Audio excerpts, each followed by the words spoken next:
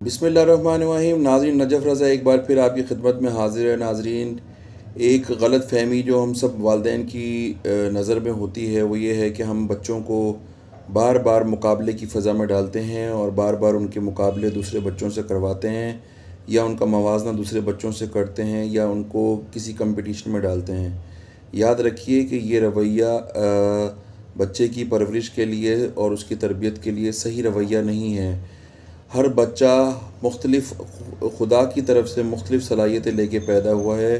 اگر آپ اس کو کسی خاص مقابلے میں ڈال دیں گے، کسی خاص کمپٹیشن میں ڈال دیں گے، تو اس کی شخصیت کو ختم کر دیں گے اور اس کی جو ذاتی صلاحیتیں انہیں ختم کر دیں گے۔